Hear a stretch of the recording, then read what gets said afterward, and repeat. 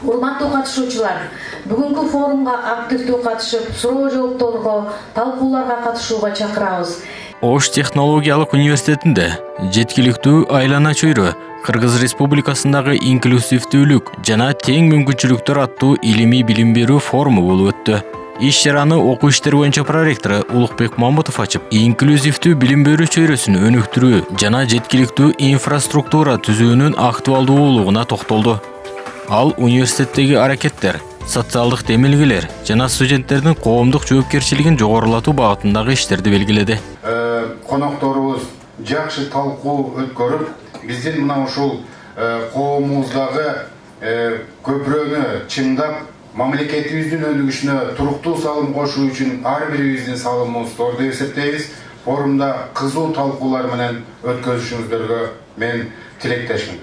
Форумга министрлик, шаар мэриясы, билим берүү департаменти жана регионалдык архитектура башкармалыгынын өкүлдөрү катышты. Ошондой эле жергиликтүү жана эл аралык университеттерден окумуштуулар онлайн жана офлайн форматта баяндама жасашты. Коомдук уюмдар жана кайрымдуулук фонддору инклюзивдүү коомду өнүктүрүү механизмдерин талкуулашты.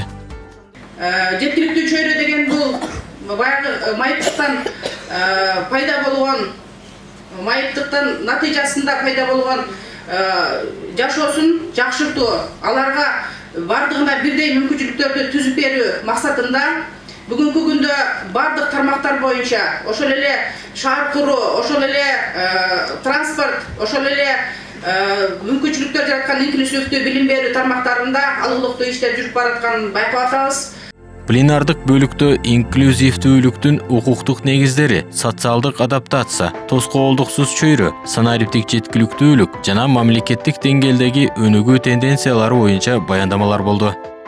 Пенсия алканыбыз доболугу жок, майыптыгы бар 18 жашка чейинки балдарга жана бала кезинен майыптыгы бар балдарга жана жалпы оорудан майыптык алган жарандарга социалдык жөлөк пул дайындап келет.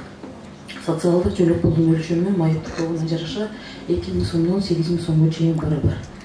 Жана ошондой эле көрүүсү боюнча жана угуусу боюнча майыптык алган жарандарга коммуналдык кызматтарга каралган жеңилдиктердин ордуна акчалай компенсацияларды дайындап, өз убагында төлөмүш капсыздап келет.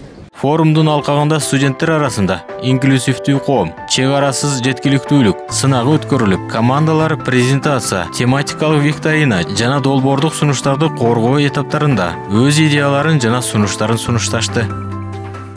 Ошол окуу жайлардын ичинен биздин окуу жайдагы бул мүмкүнчүлүгү чектелген студенттерге дагы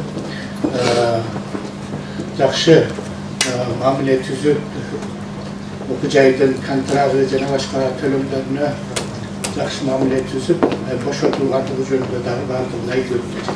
Иш чаранын соңунда катышуучуларга сертификаттар жана сыйлыктар тапшырылды. Форум студенттердин социалдык активдүүлүгүн жогорулатып, инклюзивдүү жана жеткиликтүү коом үчүн жаңы идеяларды жайылтууга багытталган маанилүү платформа катары бааланды. Иш чара эл аралык мамилелер, укук жана билим берүү, бизнес башкаруу жана социалдык иш багытындагы адистиктер тарабынан уюштурулду.